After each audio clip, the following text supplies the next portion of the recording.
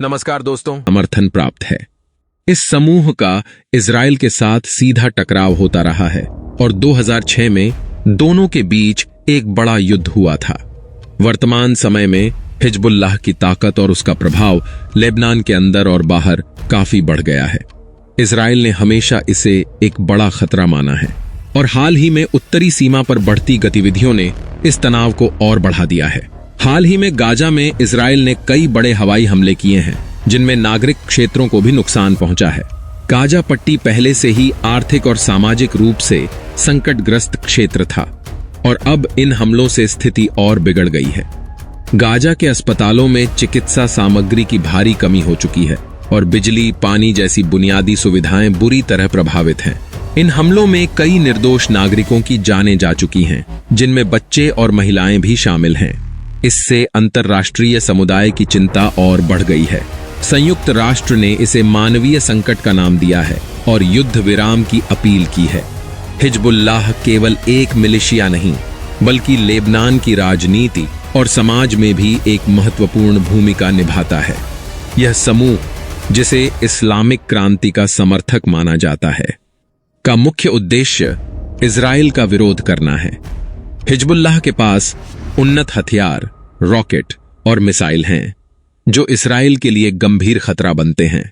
Israel ने अपनी उत्तरी सीमा पर बढ़ते हिजबुल्लाह के प्रभाव को देखते हुए कई सैन्य कार्रवाई की योजनाएं बनाई हैं। इस स्थिति ने पूरे मध्य पूर्व को एक बड़े युद्ध की आशंका में डाल दिया है। इस्राइल ने हाल ही में घोषणा की है कि वह गाजा में अपनी सैन्य कार्रवाई को धीमा कर रहा है और उत्तरी सीमा पर ध्यान केंद्रित कर रहा है। यह कदम हिजबुल्लाह के साथ बढ़ते तनाव के चलते उठाया गया है। इजराइल का कहना है कि वह अपनी सुरक्षा के लिए कोई भी कदम उठाने के लिए तैयार है। इस्राएली प्रधानमंत्री और रक्षा मंत्री ने स्पष्ट कर दिया है कि वे किसी भी प्रकार के हमले का जवाब देने में सक्षम हैं।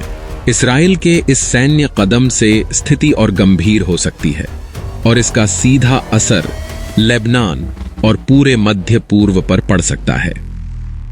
संयुक्त राष्ट्र, अमेरिका, यूरोपीय संघ और अन्य प्रमुख अंतर्राष्ट्रीय संगठन इस स्थिति पर नजर बनाए हुए हैं। संयुक्त राष्ट्र महासचिव ने इस्राइल और हिजबुल्लाह दोनों से संयम बरतने की अपील की है।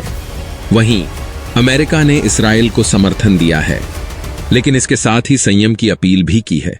ईरान और सीरिया ने हिजबुल्लाह का समर्थन किया है और इसे इस्राइल की आक्रामकता के खिलाफ एक वैध प्रतिक्रिया बताया है। इस स्थिति में अंतर्राष्ट्रीय शक्ति संतुलन काफी महत्वपूर्ण हो गया है। यदि यह संघर्ष और बढ़ता है तो इसका असर केवल इस्राइल और लेबनान तक सीमित नहीं रहेगा। पूरा मध्य पूर्व पहले से ही अस्थिर है और इस संघर्ष ने इसे और अधिक खतरनाक बना दिया है। हिजबुल्लाह और इस्राइल के बीच युद्ध की स्थिति पूरे क्षेत्र को अस्थिर कर सकती है और वैश्विक तेल आपूर्ति पर भी असर डाल सकती है। संघर्ष की स्थिति में मानव जीवन और संपत्ति का नुकसान तो होगा ही, साथ ही इजराइल और लेबनान के आम नागरिकों को भी इसका भारी खामियाजा भुगतना पड़ेगा। गाजा और लेबनान दोनों में मानवीय संकट गंभीर रूप ले सकता है।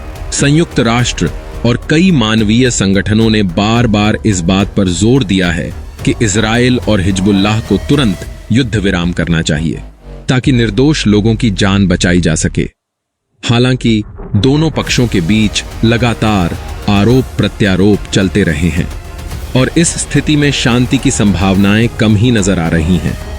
तो दोस्तों, आज के इस वीडियो में हमने देखा कि कैसे इस्राइल और लेबनान के बीच बढ़ते तनाव ने पूरे क्षेत्र को एक बड़े संकट की ओर धकेल दिया है। गाजा में हो रहे हमले और उत्तरी सीमा पर हिजबुल्लाह के साथ बढ़ती टकराव की स्थिति से न केवल क्षेत्रीय स्थिरता खतरे में है, बल्कि आम लोगों की जिंदगी भी कठिनाइयों से घिर गई है। अब यह देखना बेहद महत्वपूर्ण होगा कि इस संघर्ष का अंत किस दिशा में जाता है। क्या अंतर्राष्ट्रीय समुदाय इस स्थिति को शांतिपूर्ण तरीके से सुलझा पाएगा या फिर हम एक और बड़े युद्ध की ओर बढ़ रहे हैं? आपका क्या सोचना है इस मुद्दे पर? कमेंट्स में अपनी राय जरूर दें। अगर आपको यह वीडियो जानकारीपूर्ण लगा हो तो इसे लाइक करें और दूसरों के साथ शेयर भी करें।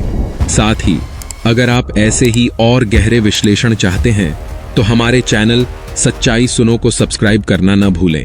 धन्यवाद और आपसे फिर मिलेंगे एक नई सच्चाई के साथ।